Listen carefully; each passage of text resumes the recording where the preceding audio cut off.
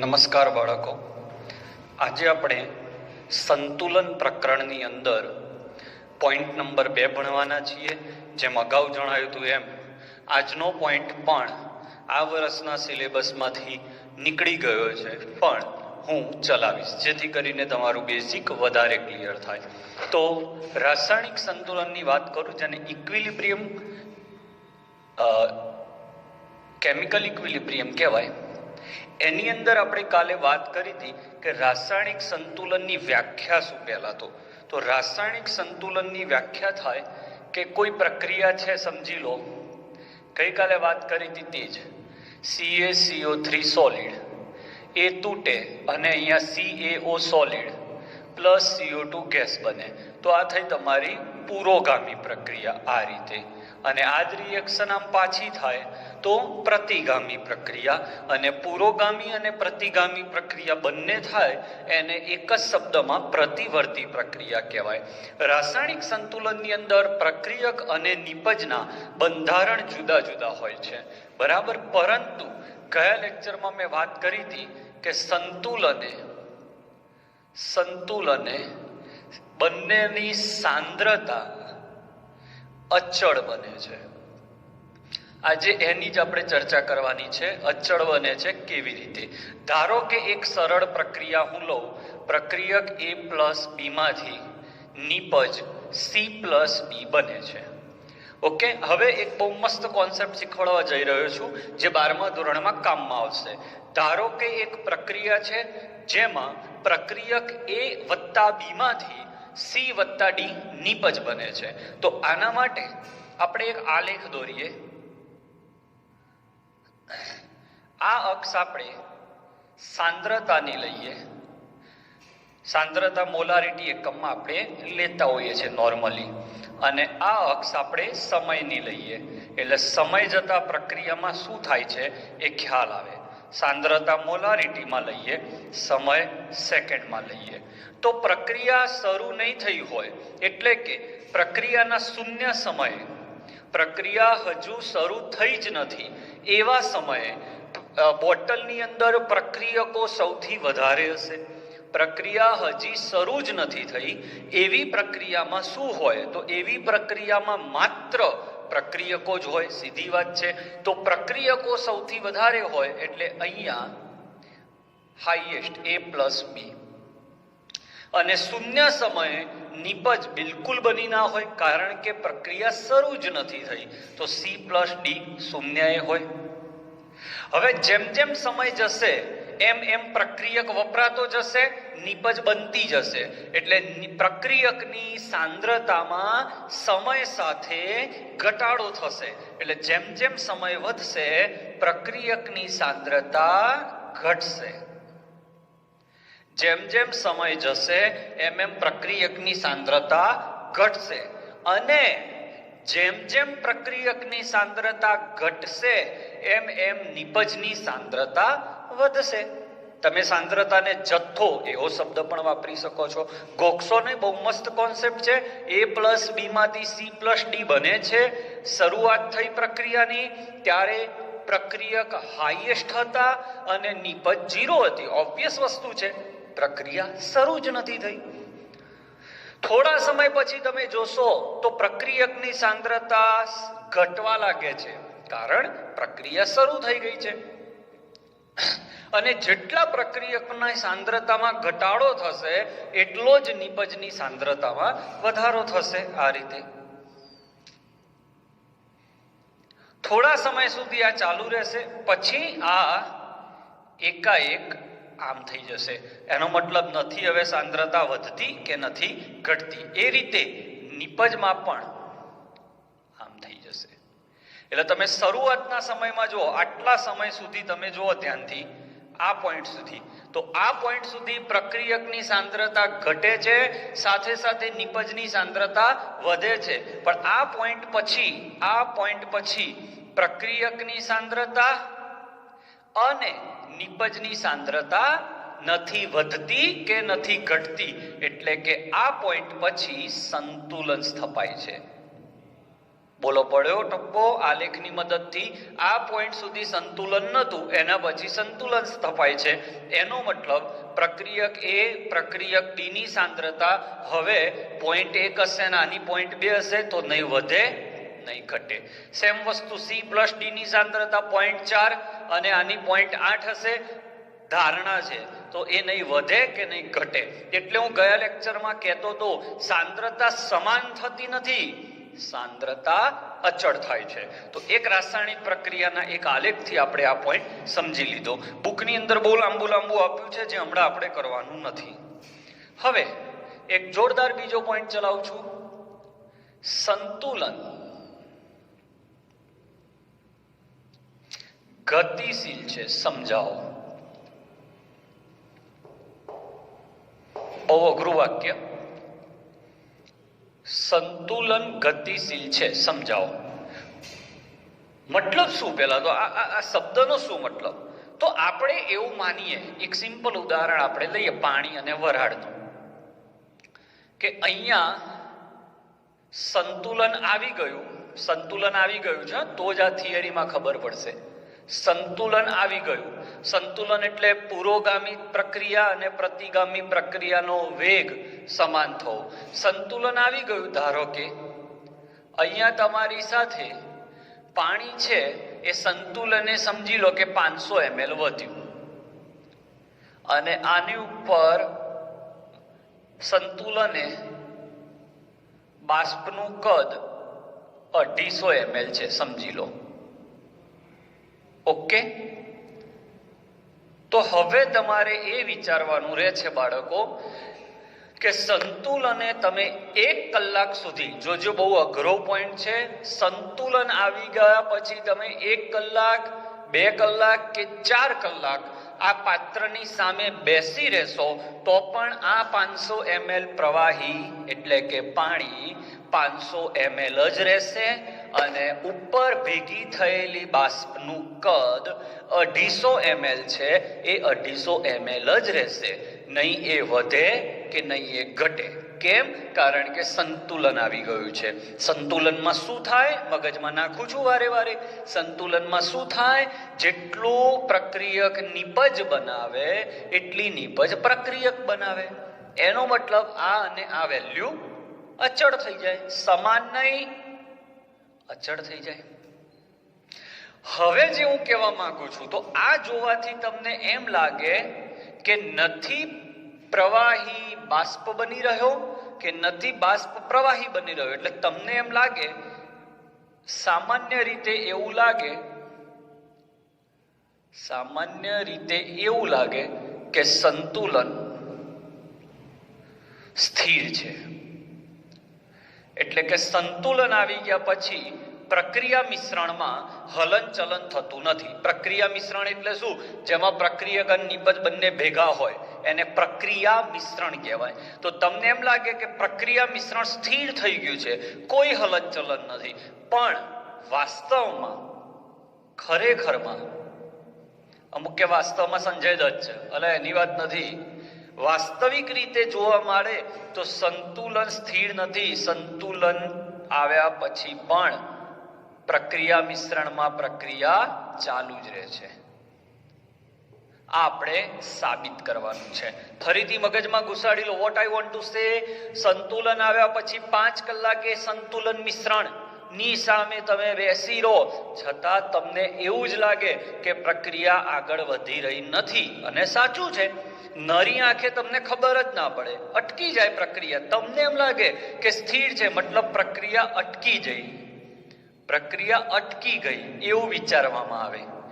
પણ ખરેખર પ્રક્રિયા શરૂ જ હોય છે. તો સાહેબ શું થતું? પ્રક્રિયા શરૂ છે તો આપણને કેમ દેખાતું નથી?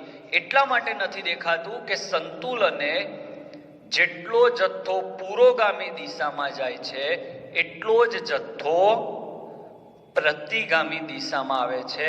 એટલે બે પ્રક્રિયા અંદર ચાલુ છે પણ સામે જતો અને પાછો આવતો જથ્થો સેમ છે. એટલે નરી આંખે તમને એ પ્રક્રિયા અટકી ગઈ છે એવું લાગે. બરાબર, સિમ્પલ છે. એક ક્લાસની અંદર 60 વિદ્યાર્થી હતા, 2 વિદ્યાર્થી ક્લાસની બહાર ગયા, 2 અંદર આવ્યા, તો તમારા માટે તો 60 ના 60 જ રહ્યા. તો સંતુલન એ પ્રક્રિયા તો ચાલુ છે, પણ તમને શું દેખાય છે? અચળ. એટલે આ જ પોઈન્ટ હું સમજાવું છું કે એક ક્લાસમાં 60 વિદ્યાર્થી બેસી ગયા, એના પછી તમે એવું વિચારો છો કે હવે આગળ કશું નહીં થાય, પણ વાસ્તવમાં આ પ્રક્રિયા કરવી જ પડતી હોય છે અને એ પ્રક્રિયા ચાલુ જ હોય છે. Okay, done. સ્ક્રીનશોટ લઈ લો, પછી આપણે એને બીજા કેટલાક ઉદાહરણથી શીખવાડીએ. હવે આ વસ્તુને સમજાવવાના ઉદાહરણ લઈએ આપણે.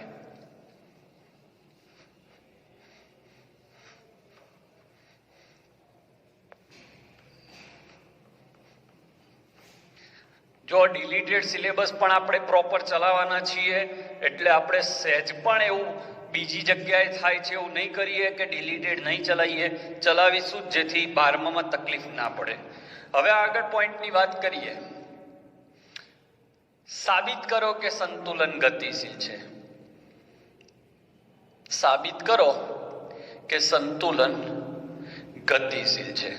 તો ઉદાહરણ નંબર 1, સહેલા ઉદાહરણથી હું વાત કરું તો સૌથી પહેલા ખાંડની વાત કરું. ખાંડનું અણુસૂત્ર છે C12H22O11.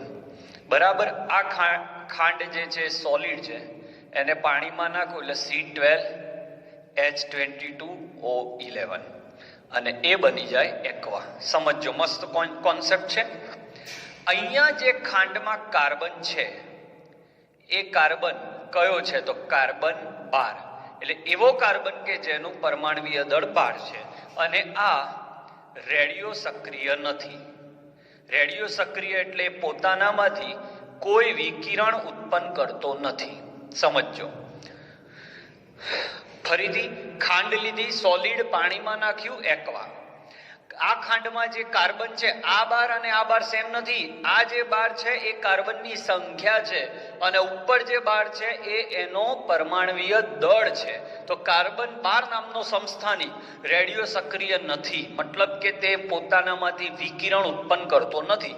એટલે અહીંયા રેડિયો સક્રિયતા નથી, એટલે એના જલીય દ્રાવણમાં પણ રેડિયો સક્રિયતા એટલે આલ્ફા, બીટા, ગેમા એવા કોઈ વિકિરણ ઉત્પન્ન નહીં કરે.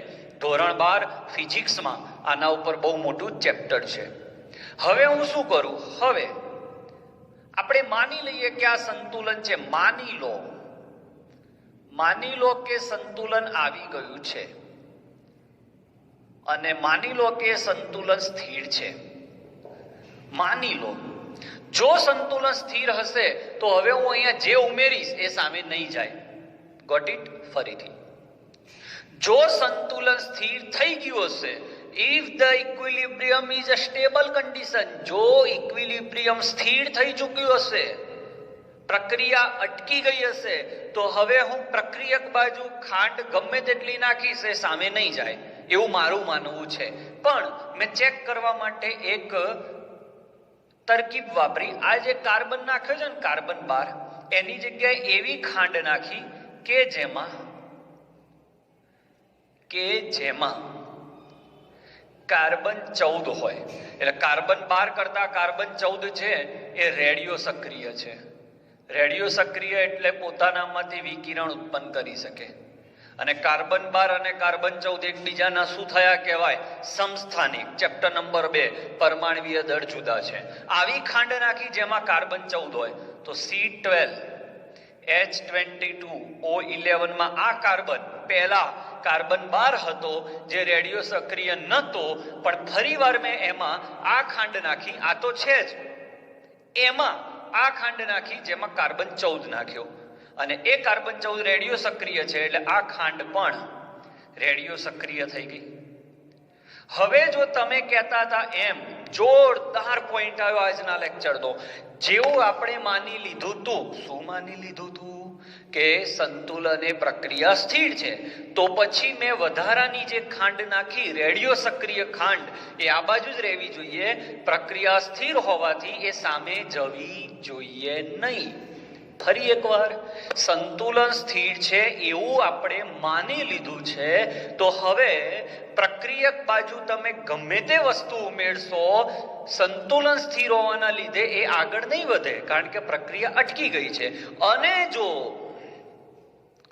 અને જો આ નાખેલી ખાંડ આગળ વધે તો સમજો કે સંતુલન આવ્યા પછી પણ પ્રક્રિયા ચાલુ રહે છે. હવે એ પ્રક્રિયા આગળ વધી કે કેમ એ કેમની ખબર પડે? તો સામે મેં માપ્યું C12H22O11 એક્વા, એટલે આ જ છે એમાં. અને અહીંયા જ્યારે મેં એક મશીન દ્વારા, જેને કાઉન્ટર કહેવાય, મશીન દ્વારા રેડિયો એક્ટિવિટી માપી કે શું એની અંદર વિકિરણો ઉત્પન્ન થાય છે, રેડિયો એક્ટિવિટી માપી તો તેમાં રેડિયો સક્રિયતા જણાઈ. એનો મતલબ કે જો સંતુલને પ્રક્રિયા અટકી ગઈ હોત તો એ પાત્રમાં નાખેલી રેડિયો સક્રિય ખાંડ સામેના પાત્રમાં જવી જોઈએ નહીં. જો સંતુલન સ્થિર હોય અને આપણે માની લીધું હતું કે સંતુલન સ્થિર છે, તો પ્રક્રિયક તરફ નાખેલી નવી ખાંડ કે જે રેડિયો સક્રિય છે એ સામે ન જવી જોઈએ, અને સામે ના જાય તો ત્યાં રેડિયો સક્રિયતા ન આવવી જોઈએ. પણ કાઉન્ટરની મદદથી માપ્યું તો રેડિયો એક્ટિવિટી જણાઈ. ઇટ મીન્સ કે પ્રક્રિયા સંતુલન આવ્યા પછી પણ ચાલુ જ હોય છે, પરંતુ પુરોગામી અને પ્રતિગામી પ્રક્રિયાનો વેગ સમાન હોય છે. ઉદાહરણ નંબર 1. આનાથી બધું જ તમે સમજી શકશો, આવા કોઈ પણ ઉદાહરણ તમે બીજા સમજી શકો છો, પણ આ એક ઉદાહરણ સમજવા માટે કાફી છે. ફરીથી કહી દઉં, આ બંને પ્રક્રિયા અલગ અલગ પાત્રમાં નથી થઈ, આ બધું જ એક જ પાત્રમાં થયું છે. પણ પહેલા મેં રેડિયો સક્રિય ખાંડ ના નાખી અને પછી નાખી. હવે કોઈને એ પણ પ્રશ્ન થાય કે રેડિયો સક્રિય ખાંડ કેમ નાખી? એટલા માટે બેટા કે અહીંયા માપવા માટે કંઈક વસ્તુ તો હોવી જોઈએ, એટલે રેડિયો એક્ટિવિટી માપી શકાય. Please take the screenshot. આના પછી નાનકડા 2 પોઈન્ટ લઈ લઈએ છીએ. ઓકે, લેવાઈ ગયો સ્ક્રીનશોટ? આગળ વધીએ.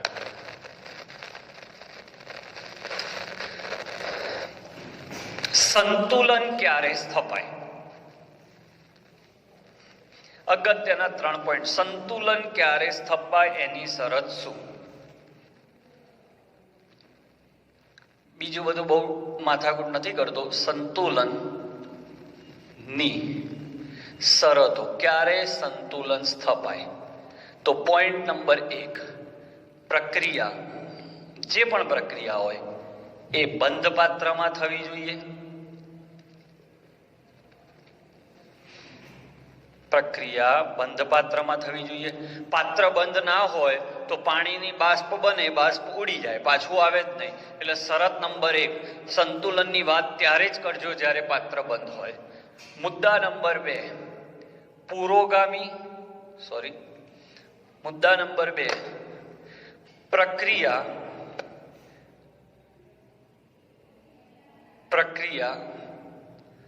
પ્રતિવર્તી હોવી જોઈએ. મતલબ આ દિશામાં અને આ દિશામાં, બંને દિશામાં થવી જોઈએ. એક દિશામાં થતી હોય તો પાછી આવવાની વાત જ નથી, તો વાત સંતુલન ચેપ્ટર આગળ ચાલે જ નહીં. એને અપ્રતિવર્તી પ્રક્રિયા કહેવાય. ત્રીજો મુદ્દો, પ્રતિવર્તી હોય પણ જેમ ગઈકાલે કહ્યું હતું એમ પુરોગામી પ્રક્રિયાનો વેગ એટલે કે VF અને પ્રતિગામી પ્રક્રિયાનો વેગ એટલે કે VR નું મૂલ્ય સમાન હોવું જોઈએ. બરાબર. ચોથો મુદ્દો, સંતુલને માપી શકાય તેવી, હમણાં આપણે વાત કરી માપી શકાય તેવી કોઈ એક રાશિનું મૂલ્ય અચળ થવું જોઈએ. મતલબ કોક વાર ગલન બિંદુ, કોક વાર બાષ્પ દબાણ, કોક વાર રેડિયો સક્રિયતા, આ બધામાંથી કોઈ એક વસ્તુ અચળ થવી જોઈએ. તો આટલી શરતનું પાલન થાય તો સંતુલન આવ્યું કહેવાય. પાત્ર બંધ જ ના હોય તો આગળ વાત નહીં કરવાની. પ્રક્રિયા પાછી ના આવતી હોય તો વાત નહીં કરવાની. ત્રીજા નંબરે પુરોગામી અને પ્રતિગામી પ્રક્રિયાનો વેગ સમાન હોવો જોઈએ. આ સાથે આજનો પોઈન્ટ પૂરો થાય છે. આવતા વિડીયોથી સિલેબસમાં આ વખતે રાખ્યું છે એની ચર્ચા કરીશું. એટલે મેં આજના લેક્ચર ડિલીટ ના કર્યા કે તમે સમજી શકો છો કે આજનો વિડીયો ડિલીટ કરું તો તમે તમારા મગજમાં તમે ક્યારેય એ વાત નહીં નાખી શકો કે સંતુલન ગતિશીલ કેમ હતું. એટલે આપણે સારા કોન્સેપ્ટોને ક્યારેય ડિલીટ નહીં કરીએ. Don't worry. ઓકે, જ્યાં સુધી આપણે કેમેસ્ટ્રી ભણીશું ત્યાં સુધી કોન્સેપ્ચ્યુઅલ જ ભણીશું. કોઈ ખોખાવાની વાત નહીં હોય. I will try my best to give you my best. હું દરેક વાર કહું છું, I am not the best, I am just a teacher and you are a learner. If you are getting something from my side, it is very good. If you are not getting, please come to me personally. I will solve your problems. Thank you for watching.